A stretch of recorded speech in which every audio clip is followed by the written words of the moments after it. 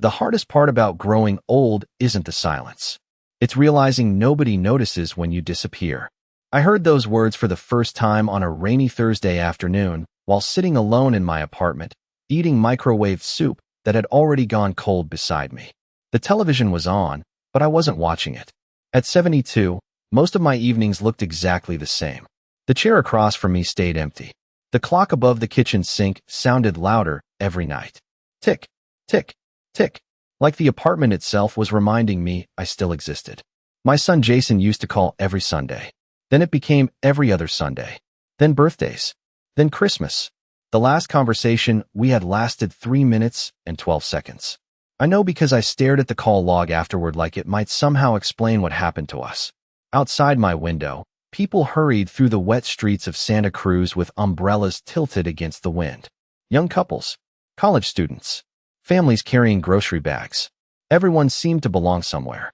I pulled my cardigan tighter around my shoulders and looked down at the untouched second bowl I'd set on the table out of habit. For 46 years, I cooked for two. Some habits survive longer than marriages, especially when death is the thing that ended them. Richard had been gone almost 4 years now. Heart failure. Quick. Quiet.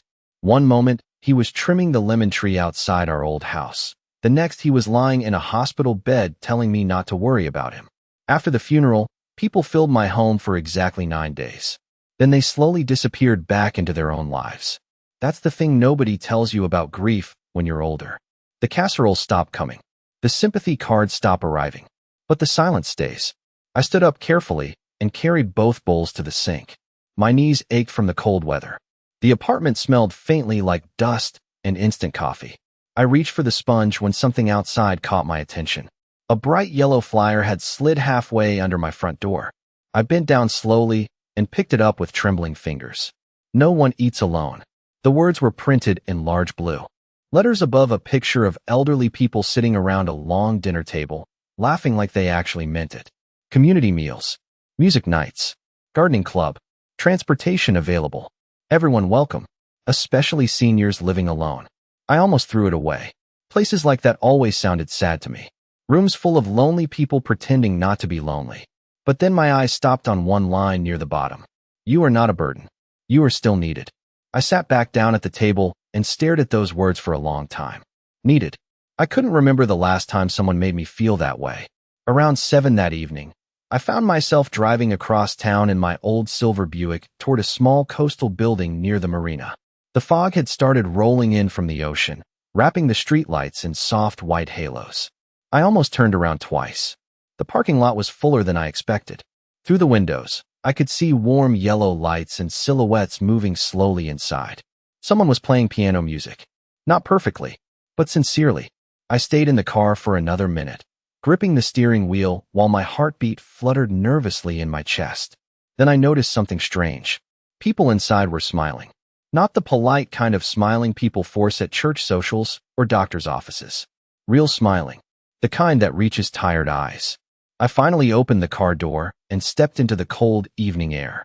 The smell of garlic bread and tomato soup drifted out every time the front door opened. For the first time in months, something inside me felt unfamiliar. Not happiness exactly, but maybe the memory of it. A tall, elderly man with silver suspenders opened the door before I could reach for the handle. First time here? He asked gently. I nodded. He smiled like he'd been expecting me all along. Well, he said, stepping aside, come on in. Nobody should have to eat alone. The room felt warmer than any place I had stepped into in years. Not because of the heaters lined along the walls or the smell of fresh soup drifting from the kitchen, but because people were talking to each other like they still mattered. The sound surprised me most. Forks clinking against ceramic bowls. Quiet laughter. Someone coughing in the corner while another person gently rubbed their shoulder. It did not feel like charity. It felt like life continuing. The man in suspenders led me toward a long wooden table near the back of the room. I am Harold, he said. Coffee or tea? Tea. I answered automatically, though my voice sounded rusty from lack of use. Harold nodded and disappeared toward the kitchen. I stood awkwardly beside the table for a moment, unsure where to look. An elderly woman with soft gray curls motioned toward the empty seat beside her. Honey, sit down before your knees give up on you, she said with a smile. A few people chuckled softly. I found myself smiling back before I realized it. I am Evelyn, she said once I sat down. Retired piano teacher. Terrible cook. Excellent gossip. Across from her sat a broad-shouldered man wearing a faded Navy cap with U.S. Navy stitched across the front. Walter Hayes, he said. I fix whatever breaks around here. Mostly coffee machines and bad attitudes. More laughter. The woman beside Walter raised her hand slightly. Martha Green, she said quietly. I make the cornbread everybody pretends they do not eat too much of. Someone from the kitchen shouted. That is because we are trying to save room for dessert, Martha. The entire table laughed again. I looked around slowly. There had to be 30 people inside the building, maybe more. Some used walkers. Some leaned heavily on canes. One man slept quietly near the fireplace, while another elderly gentleman carefully covered him with a blanket without waking him. Nobody seemed embarrassed by age here. Nobody rushed anyone. Time moved differently in that room. Slower. Kinder. Harold returned carrying a steaming mug of chamomile tea and placed it carefully in front of me. First night is free, he joked. After that, you are legally required to help wash dishes. That sounds serious, I replied. Very serious, Evelyn said. Last week they made me fold napkins for an hour. Again, everyone laughed. The strange thing was how natural it felt. Like these people had known each other forever, even if they had only met. Recently, dinner was simple. Tomato soup, garlic bread, small slices of peach cobbler served on mismatched plates. But nobody ate in silence. Walter talked about growing tomatoes in containers behind the building. Evelyn complained about modern music sounding like microwaves fighting each other. Martha quietly passed extra bread to anyone who looked hesitant to ask for seconds. I noticed something else too. Nobody here looked invisible. Back at my apartment complex, elderly people passed each other without speaking. At grocery stores, young cashiers avoided eye contact like aging itself might somehow be contagious. But here, every story mattered. Every wrinkle. Every memory. At one point, Harold stood near the center of the room and tapped a spoon lightly against his coffee mug. Conversations softened. We have 3 new members tonight, he announced warmly. Which means we officially have more people than chairs again. A few people clapped softly. Good problem to have, Walter muttered beside me. Harold smiled. If anybody knows someone living alone, bring them next Thursday. Nobody should spend their final years forgotten. The room fell briefly quiet after that sentence. Not uncomfortable quiet. Honest quiet. The kind that settles when everybody understands something painful without needing it explained. Martha stared down into her tea for a moment before speaking softly. My daughter lives 20 minutes away, she said. I have not seen her since Easter. Nobody rushed to fill the silence. Evelyn simply reached over and squeezed her hand gently. Across the room, an elderly man wiped his glasses while pretending not to cry. Harold looked at all of us carefully before smiling again. Well, he said gently, that is why this place exists. I felt something shift inside my chest then. Small. Fragile. Dangerous. Hope. For the first time in years, I stayed long after dinner ended. I helped stack dishes beside Martha while Walter argued with a broken coffee maker in the kitchen. Evelyn played old jazz songs on the piano near the windows overlooking the marina. Outside, fog rolled across the dark water in slow silver waves. Inside, people laughed like they had found something the world forgot to give them. And as I drove home later that night with leftover peach cobbler balanced carefully on the passenger seat, my apartment no longer felt quite as cold waiting for me. By the 3rd Thursday, I noticed something unusual about the place. Nobody there wanted pity. Not really. The newspapers in town had started calling it a charity supper club after a local blogger posted photos online, but that description never felt right to me. Charity implied helplessness. And the people inside those walls were many things, but helpless was not one of them. I arrived just after 4 that afternoon and found Walter outside near the back entrance repairing one of the wooden benches facing the marina. His toolbox sat open beside him while old country music played softly from a tiny radio balanced on the windowsill. You are early, he grumbled without looking up. I could say the same thing about you, I replied. Walter tightened a screw carefully before leaning back with a satisfied nod. This bench has lasted longer than 2 of my marriages, he said. Figured it deserved another shot. Inside, the building buzzed with quiet energy. Not chaos. Purpose. Samuel Reed stood in the kitchen wearing an apron dusted with flour, while teaching two elderly women how to shape biscuit dough properly. Do not overwork it, he warned. Biscuits can smell fear. One woman rolled her eyes. The other laughed so hard she had to steady herself against the counter. In the corner near the windows, Evelyn practiced old jazz standards on the piano while a white-haired man named Leonard polished silverware beside her in careful silence. Martha sat at one of the long tables sorting canned food donations into neat stacks by expiration date. Nobody asked her to do it. She simply did. That was how things worked there. Everybody contributed what they could. Harold spotted me standing near the doorway and handed me a small box filled with handwritten name tags. Congratulations, he said. You officially look trustworthy enough to work registration. That feels dangerous, I answered. It should, he replied seriously. Last month somebody stole 3 lemon bars. During bingo night. I laughed before I could stop myself. The sound surprised me. It had become easier lately. Like my body was slowly remembering how. Around 5:30, people started arriving steadily through the front doors. Some came wearing expensive coats and polished shoes. Others arrived by bus carrying grocery bags or worn backpacks. Loneliness did not seem to care how much money people had. A retired surgeon sat beside a former motel housekeeper. An elderly widow from the hills shared coffee with a man who once owned half the fishing docks along the coast. Nobody introduced themselves by status there. They introduced themselves by stories. One woman talked about teaching kindergarten for 40 years. Another described traveling across the country in a camper van with her late husband. A former jazz singer named Gloria admitted she had not spoken out loud to another human being in nearly 6 days before finding the club. I forgot what my own voice sounded like, she confessed quietly while stirring cream into her coffee. Nobody judged her. Nobody looked uncomfortable. Walter simply slid the sugar bowl closer to her and changed the subject gently. Later that evening, Harold stood near the fireplace holding a clipboard while discussing rising food costs with Patricia Langford, a sharply dressed woman in her late 60s who had recently started attending dinners.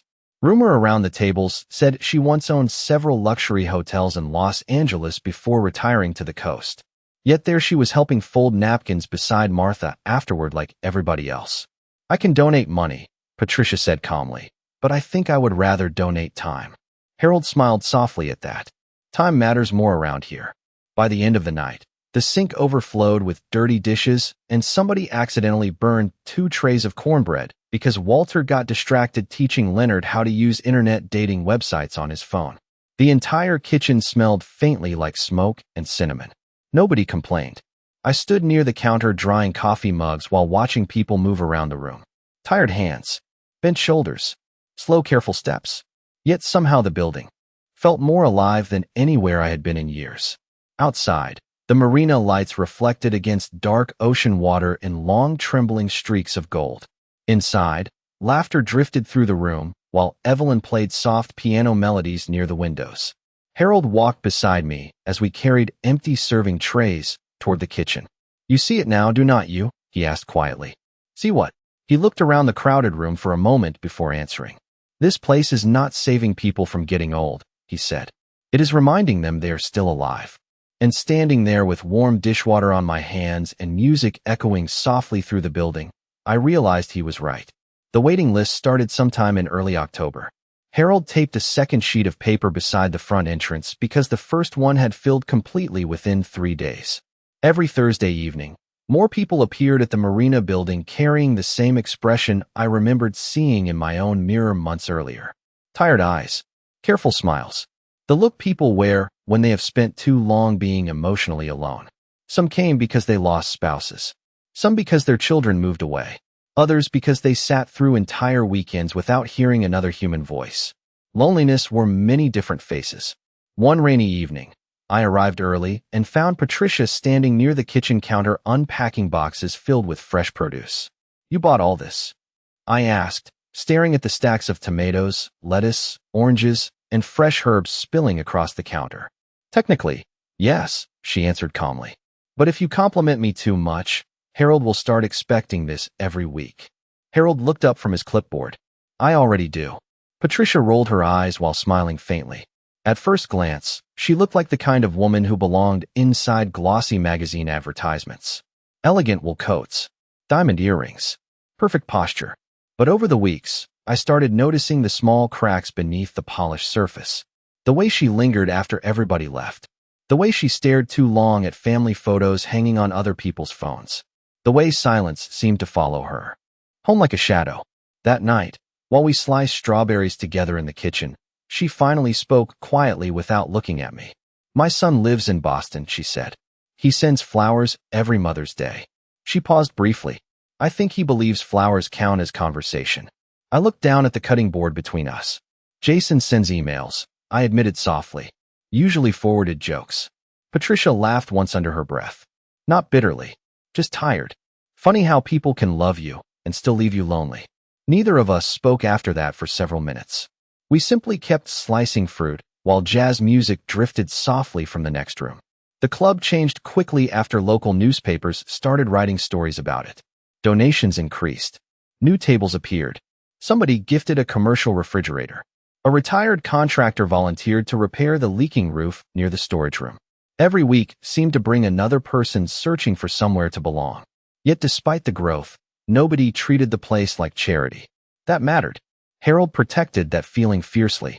"People come here to feel useful," he often said. "Not rescued."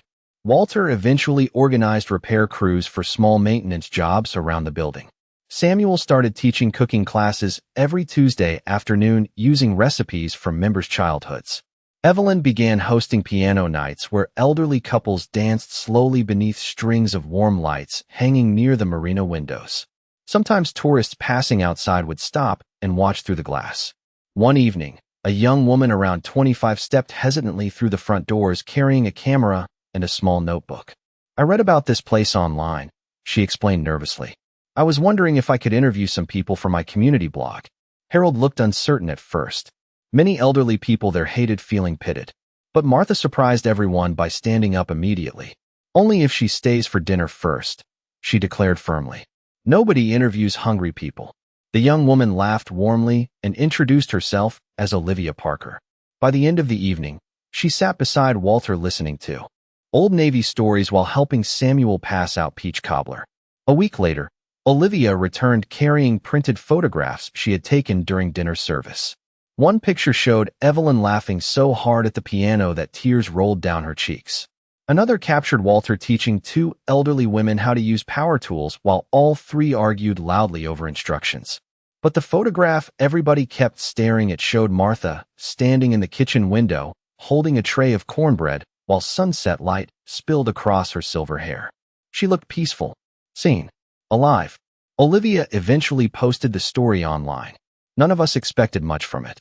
Then suddenly strangers began showing up from neighboring towns just to eat dinner there. Some brought donations. Others brought guitars, books, sewing supplies, or simply themselves. One retired jazz musician offered to perform free weekend concerts. A local bakery donated fresh bread every Friday morning.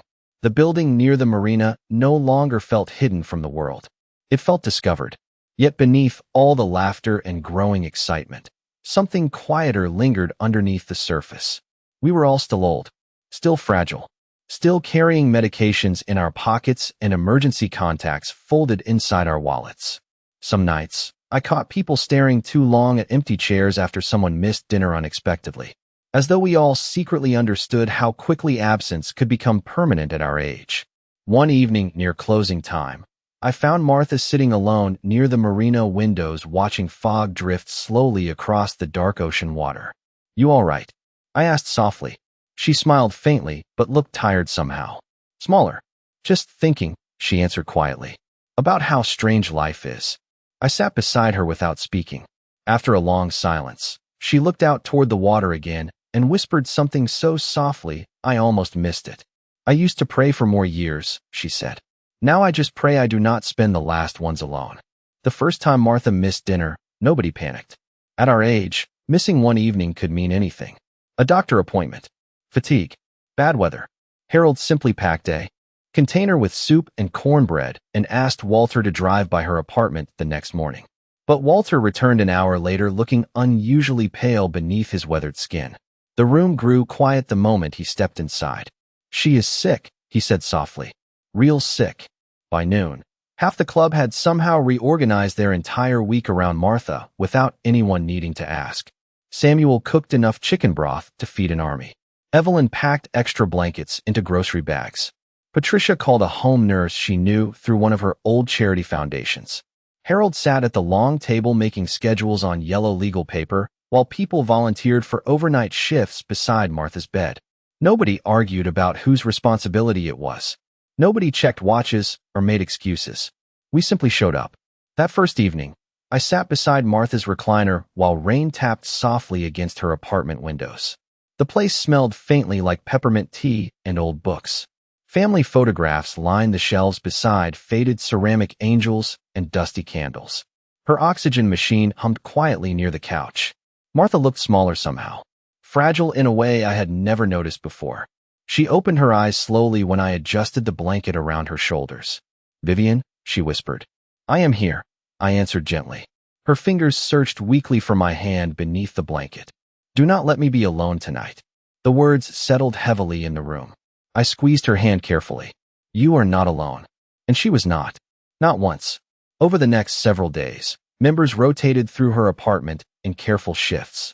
Walter fixed a broken porch light outside her building because he said darkness felt wrong while someone was suffering. Evelyn played soft piano recordings from her phone while sitting beside Martha during long, sleepless nights. Samuel filled her refrigerator with homemade soups she barely touched. Patricia quietly paid for extra medications without telling anyone until Harold noticed the receipts accidentally left on the kitchen counter. Even Olivia drove down after work carrying fresh flowers and battery-powered candles because Martha once mentioned missing church services. Something changed inside the club during those days. Conversations became softer, laughter quieter. Every person there understood the truth sitting silently underneath the situation. Martha was not just sick. She was a mirror reflecting every fear we tried not to name out loud. Fear of hospitals, fear of dependence, fear of becoming invisible while fading away slowly in some silent apartment where nobody noticed your absence until unpaid bills piled against the front door. One evening near sunset, I arrived for my overnight shift and found Harold sitting alone outside Martha's apartment building staring toward the ocean. He looked exhausted, older than usual. "You should go home and sleep," I told him quietly. Harold shook his head once. "I started this place because I was afraid," he admitted softly. "After my wife died, I spent 8 months without hearing another person say my name out loud." He rubbed his hands together slowly against the cold wind. "I thought if lonely people found each other, maybe it would save us." "Maybe it already has," I answered. He smiled faintly but did not look convinced. Inside, Martha slept lightly beneath layers of blankets while an old jazz station played softly from the radio near the kitchen. The room glowed gold from small table lamps. Peaceful, almost sacred somehow. Around midnight, she woke suddenly and looked around the room in confusion. "Mama," she whispered weakly. I leaned closer and brushed her silver hair gently away from her forehead. "It is Vivian," I said softly. Her breathing sounded shallow, tired. She looked at me carefully for several seconds before tears slowly filled her eyes. "I thought everybody forgot me," she whispered. My throat tightened painfully. "Nobody here forgot you." Martha's fingers trembled slightly inside mine. "Promise me something. Anything." She closed her eyes briefly before speaking again. "Promise me none of you will let each other disappear." The room felt unbearably quiet after that. Outside, fog drifted across the marina while distant boat bells echoed softly through the darkness. I sat beside her for hours listening to every fragile breath, every rustle of blankets, every soft hum from the oxygen machine beside the couch. Then just before dawn, Martha suddenly squeezed my hand one final time. Very gently, like someone saying goodbye without wanting to frighten anybody. By the time Harold arrived carrying fresh coffee and blueberry muffins at sunrise, the room had already fallen still. The building near the marina stayed closed for 4 days after Martha passed away. Nobody officially decided to close it. People simply stopped showing up. The lights remained off. The piano sat untouched beneath its cloth cover. Half-finished crossword puzzles still rested on tables beside empty coffee cups nobody bothered clearing away. Even the seagulls outside sounded quieter somehow. I drove there every afternoon anyway, mostly out of habit.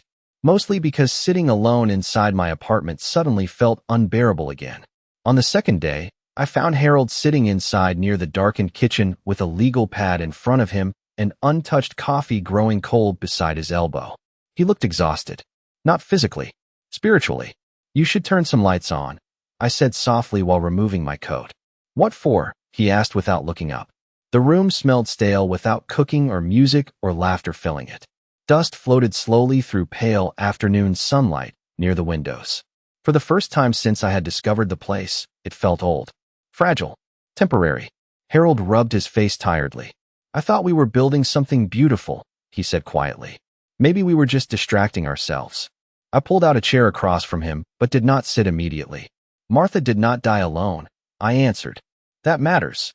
Harold stared down at the legal pad. "For now," he whispered. His words settled heavily between us, because both of us understood what he truly meant. There were more people getting sick. More walkers appearing beside tables each month. More pill organizers lining the kitchen counter during dinners. We were creating a family inside a room full of people slowly approaching the same ending. And suddenly everybody could see it clearly. That fear spread quickly after Martha's funeral. Some members stopped attending altogether. Walter claimed he had back problems, but Evelyn admitted quietly that he was terrified after watching Martha fade so quickly. One woman named Denise withdrew her membership and moved to Arizona to live near a niece she barely knew because she could not stop imagining herself dying in an apartment surrounded by strangers. Others simply became quieter. During the next community dinner, conversations sounded forced, nervous, like people were pretending not to count how many empty chairs surrounded them. Evelyn no longer played piano after meals. Samuel burned 2 trays of lasagna because he kept forgetting ingredients halfway through recipes he had made for decades. Even Patricia seemed shaken. One evening she sat beside me folding napkins with unusual stiffness in her shoulders. "I spent 40 years building hotels," she said quietly. "Thousands of guests. Hundreds of employees." She stared down at the linen in her hands. "And somehow I still ended up afraid of dying alone in a condominium full of expensive furniture." I did not know how to answer her because the truth was I felt the same fear now too. Martha's death had cracked something open inside all of us. Before, loneliness felt sad. Now it felt dangerous. The following Thursday, only 11 people came to dinner. Usually there were 40 or 50. The silence inside the building frightened me more than I wanted to admit. Harold barely spoke all evening. He served soup mechanically, smiled politely when necessary, then disappeared into the office near the back hallway. Around 8:30, I found him sitting alone at the desk staring at spreadsheets covered in handwritten numbers. "You are doing bookkeeping during a crisis?" I asked gently. He gave a tired laugh without humor. "Trying to figure out how long we can survive." The word survive lingered strangely in the room. Not financially, emotionally. "People are scared," I said quietly. Harold nodded once. "So am I."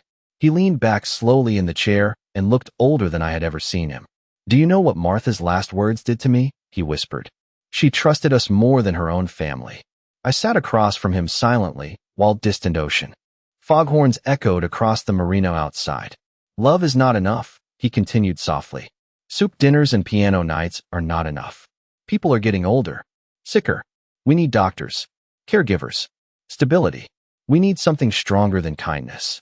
I looked around the tiny office filled with donation boxes and faded photographs from community events. Then I thought about the members who had disappeared after the funeral.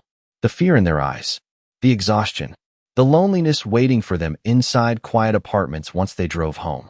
Suddenly I understood something clearly for the first time. The club could not survive by simply comforting people. It needed to give them purpose, a reason to keep waking up, a way to support each other beyond sympathy. Harold rubbed his trembling hands together slowly. "Maybe this place was always doomed," he said quietly. I stared toward the dark dining room beyond the office doorway where empty chairs sat beneath dim lights. Then I thought about Martha standing in the kitchen window holding cornbread while sunset filled the room around her. I thought about Evelyn laughing at the piano, Walter teaching strangers how to repair benches, Samuel feeding people like it still mattered whether they ate well. And for the first time since the funeral, something stronger than grief rose quietly inside me. "No," I said softly. "We just have to build something bigger. The idea came to me 3 nights later while standing alone inside my apartment kitchen staring at a sink full of untouched dishes.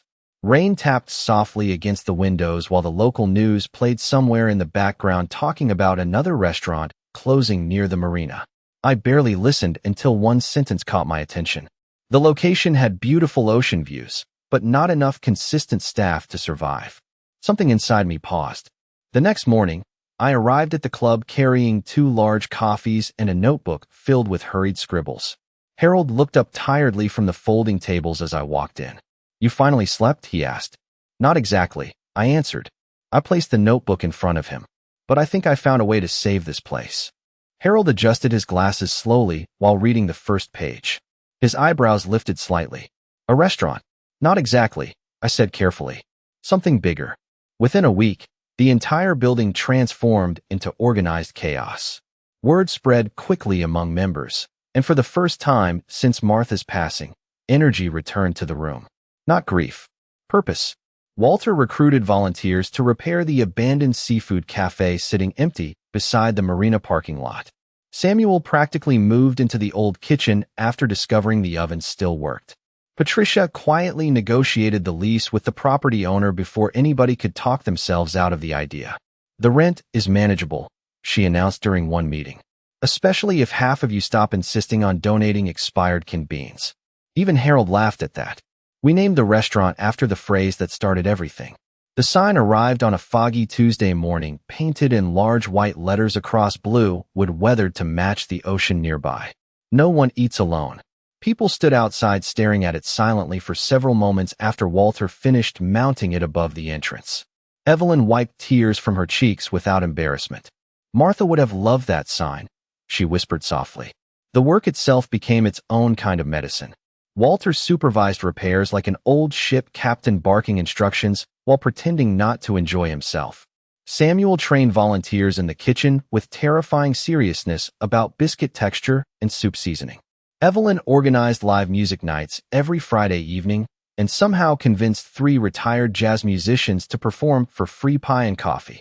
Olivia created social media pages online that quickly filled with photographs of smiling elderly cooks, handwritten menu boards, and sunsets glowing through marina windows. But what mattered most was that people no longer arrived at the building simply waiting for comfort. They arrived needed. Patricia managed finances at the front counter every morning, wearing reading glasses balanced low on her nose, while teaching Leonard how to process credit card receipts. Denise returned from Arizona. After seeing photos online, and immediately volunteered to bake pecan pies every weekend because, according to her, Florida retirement communities are just organized waiting rooms with swimming pools. Even Harold seemed transformed. The heaviness inside him slowly loosened as construction noise and cooking smells replaced silence. One afternoon, I found him repainting old chairs near the back patio overlooking the water.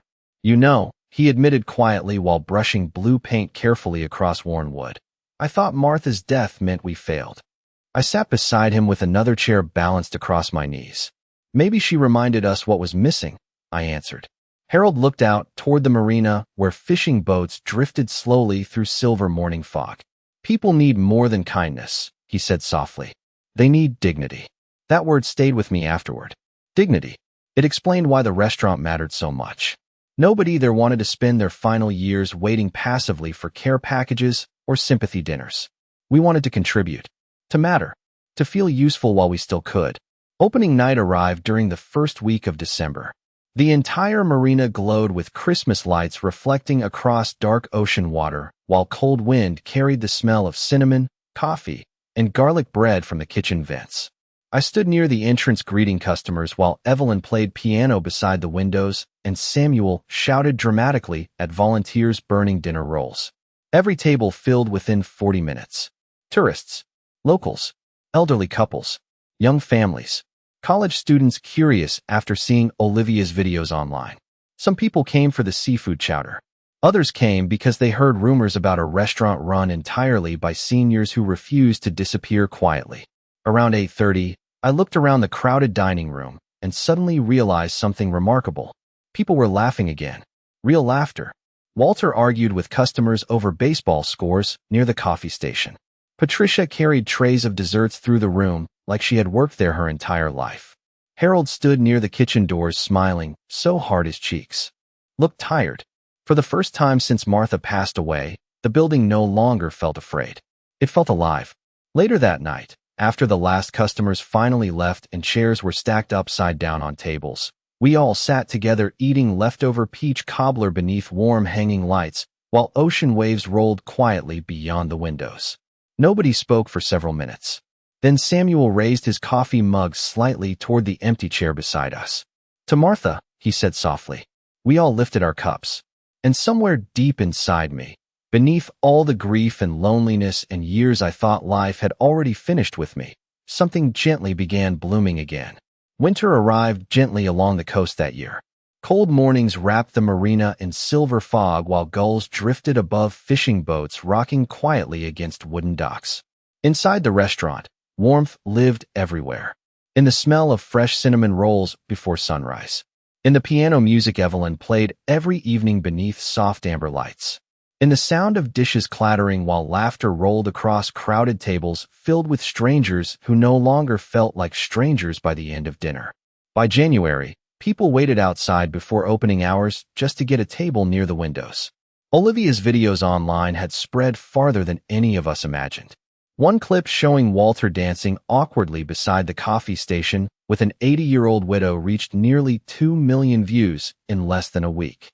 Another video captured Samuel teaching college students how to make homemade clam chowder while threatening dramatically to haunt anybody who ruined the recipe after he died.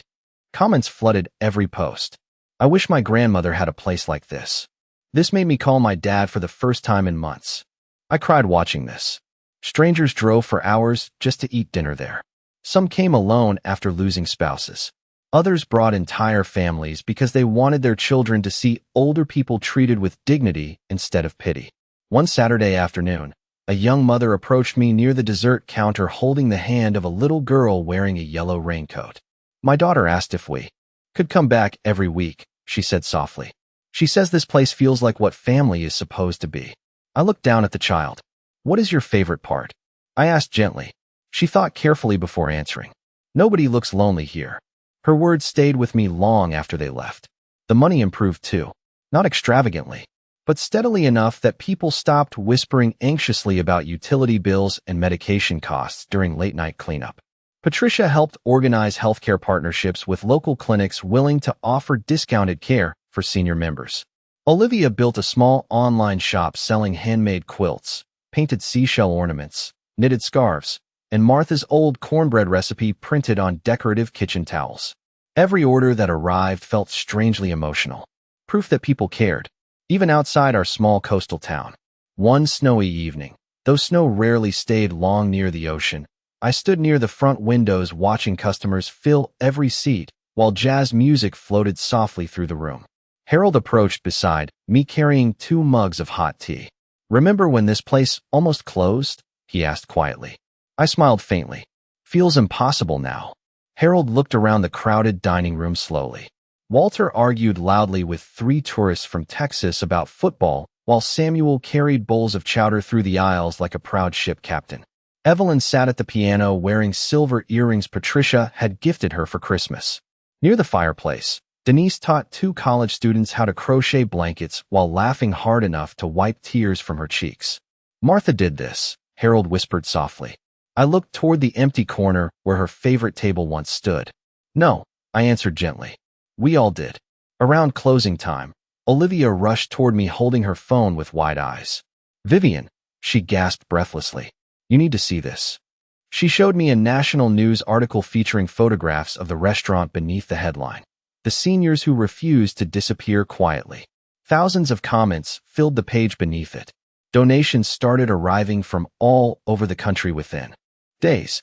Not because people pitied us, because people admired us. That difference mattered deeply. Yet the strangest moment happened 2 weeks later on a quiet Tuesday afternoon. I was wiping tables near the windows when my cell phone rang unexpectedly inside my apron pocket. I almost ignored it. Hardly anybody called me anymore besides members from the restaurant. But when I glanced at the screen, my breath caught slightly. Jason. My son had not called in nearly 7 months. The phone continued vibrating softly in my hand while ocean waves rolled against the docks outside. Around me, dishes clinked quietly from the kitchen while Evelyn practiced piano scales in the background. I stared at his name for several long seconds. Once upon a time, I would have answered immediately. I would have felt grateful for 3 rushed minutes between his business meetings and airport flights. But something inside me had changed now. Slowly, quietly, like sunrise appearing over dark water. I no longer spent my days waiting beside silent telephones hoping someone remembered I existed. I looked around the restaurant filled with warmth, noise, purpose, and people who chose each other every single day. Then I pressed the button gently and let the call go to voicemail. Outside, fog drifted slowly across the marina while golden evening lights spilled through the windows onto crowded tables where nobody sat alone anymore. 1 year later, the marina looked different. Not because the ocean had changed or the fishing boats stopped drifting through morning fog, but because life had returned to a corner of town people once passed without noticing. Every evening, warm golden lights spilled from the restaurant windows onto the wooden docks, while music drifted softly across the water. Some nights it was jazz piano. Some nights old country songs Walter insisted sounded better on vinyl records. And some nights, it was simply the sound of people talking loudly over soup and coffee because they no longer had to eat dinner alone in silence. The little building beside the marina had grown into something nobody expected. The restaurant now funded transportation for elderly members who could no longer drive. A small medical office operated twice a week in the back hallway where volunteer nurses checked blood pressure and medication schedules. Patricia helped establish emergency housing for seniors abandoned after hospital stays. Olivia expanded the online store so successfully that handmade blankets stitched by Denise shipped as far away as Maine and Arizona. Even the garden behind the building had transformed into rows of vegetables and flowers maintained by members every morning after breakfast. But what mattered most could not be measured in donations or newspaper headlines. It was quieter than that. Smaller. Human. It lived in moments. In Walter teaching teenagers how to repair old furniture while pretending to complain the entire time. In Samuel hugging customers goodbye after serving them homemade peach cobbler. In Evelyn sitting beside widowers during piano nights because she understood grief without needing explanations. It lived in the way people looked at each other there, like they still belonged in the world. One cool April evening, I arrived before sunset carrying fresh flowers wrapped in brown paper. The marina air smelled like salt water and lemon trees blooming somewhere farther up the coast. Inside, the restaurant buzzed with dinner preparations while Harold adjusted reservation lists near the counter and Samuel shouted dramatically at someone for overcooking shrimp again. "One more minute, and that seafood becomes rubber," he warned loudly. Everybody laughed. I slipped quietly through the back hallway toward the small garden overlooking the ocean cliffs. Near the far corner stood a simple wooden bench surrounded by lavender and white roses. Above it hung a bronze plaque installed 6 months earlier after members voted unanimously to create a memorial space. In small engraved letters it read, "Martha Green." She reminded us no one should leave this world alone. I sat there slowly, placing fresh flowers beneath the plaque while evening sunlight turned the ocean gold beyond the cliffs. Somewhere inside the restaurant, Evelyn began playing piano softly, the same jazz melody Martha loved during late dinners near the marina windows. "You would not believe this place now," I whispered quietly. Wind moved gently through the lavender bushes while distant gulls circled above the water. For a moment, I could almost picture Martha sitting beside me again holding cornbread in her hands while laughing softly at Walter arguing with tourists. The ache of missing her never disappeared completely, but it no longer felt empty. It felt connected to something larger. Love perhaps, or memory, or simply the quiet understanding that a meaningful life does not end when the body grows tired. Harold eventually joined me on the bench carrying 2 cups of tea. "Full house again tonight," he said proudly. "College students are waiting outside already." I smiled faintly. Martha would complain they talked too loudly. Harold laughed softly before growing quiet again. We sat together watching sunset colors spread across the horizon while restaurant lights flickered warmly behind us. "Do you ever think about how close we came to losing all this?" he asked after a while. I looked back toward the glowing windows filled with movement and laughter and music. toward people who once believed their lives had already become too small to matter anymore. Sometimes, I admitted. But maybe things had to break first. Harold nodded slowly. Funny thing about getting older, he said quietly. The world starts treating you like your story is already over. I wrapped both hands around my teacup, feeling its warmth against the cool evening air. Maybe they were wrong. Inside the restaurant, someone began clapping along to Evelyn's piano music. More laughter followed. Bright, alive, human. I thought back to the woman I used to be before finding this place. Sitting alone in a silent apartment, eating cold soup beside an empty chair while waiting for a telephone call that rarely came. Back then, I believed growing old meant slowly disappearing. But standing there beside the ocean with music drifting through the evening air and warm lights spilling across crowded tables, I understood something differently now. We had not built a charity. We had not built a business. We had built a family from people the world almost forgot. And for the first time in many years, none of us were afraid of tomorrow anymore.